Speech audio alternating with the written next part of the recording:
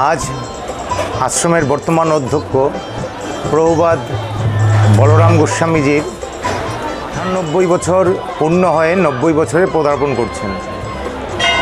এই উপলক্ষে ওনার জন্ম উৎসব পালনের যে আমরা প্রস্তুতি নিয়েছিলাম সেটা ছিল 3 দিন ব্যাপী, কিন্তু বিভিন্ন পারিপার্শ্বিক পরিস্থিতির জন্য সেটাকে আমরা একদিনের মধ্যেই সীমাবদ্ধ রেখেছি আপাতত।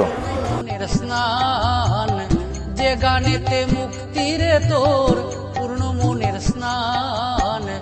দ্বিতীয়ত আমরা এবার প্রভুপাদকে আমরা সব গুরু ভাইরা মিলে গুরুদেবের চরণ গুরুদেবকে একটা রূপার মুকুট অর্পণ করার জন্য আমরা প্রয়াসী ছিলাম, যেটা আজকে আমরা এসে গেছে হাতে। আমরা কিছুক্ষণ পর একটা আনুষ্ঠানিক তর্পণের মাধ্যমে ওনাকে অর্পণ করব।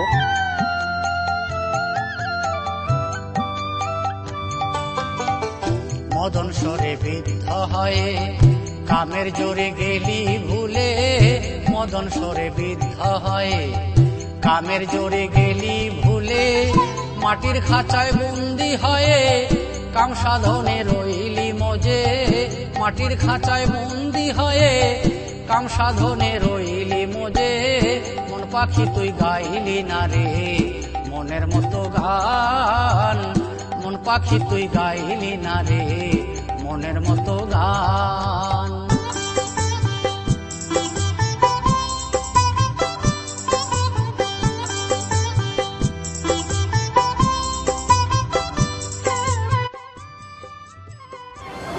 জাতির উদ্দেশ্য নিয়ে আমি উপাসনা করে এসেছি।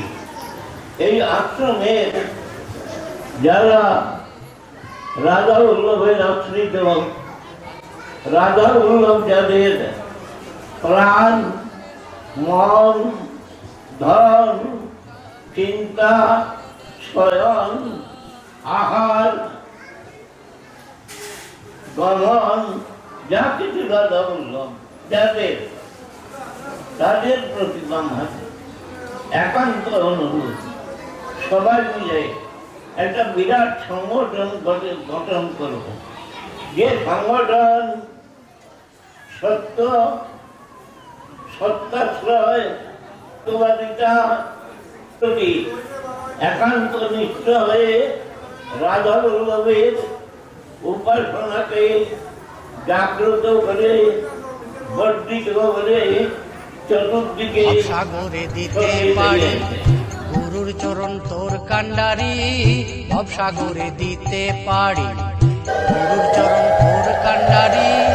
ভাবিস কেন নিরবধি কোন ঘাটে তোর নাম ভিড়াবি, ভাবিস কেন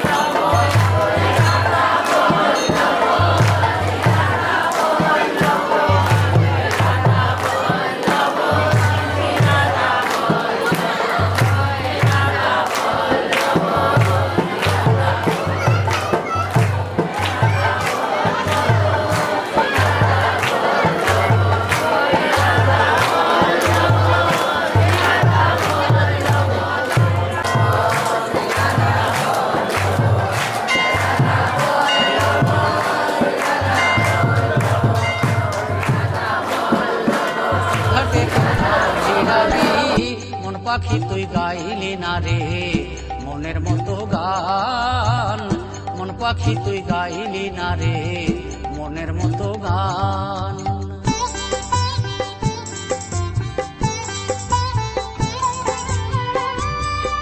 প্রভুপাদ বলরাম গোস্বামীজিকে যে আজকে যে আমরা কিছু তুলে দিতে পেরেছি সেজন্য আমরা কৃতজ্ঞ।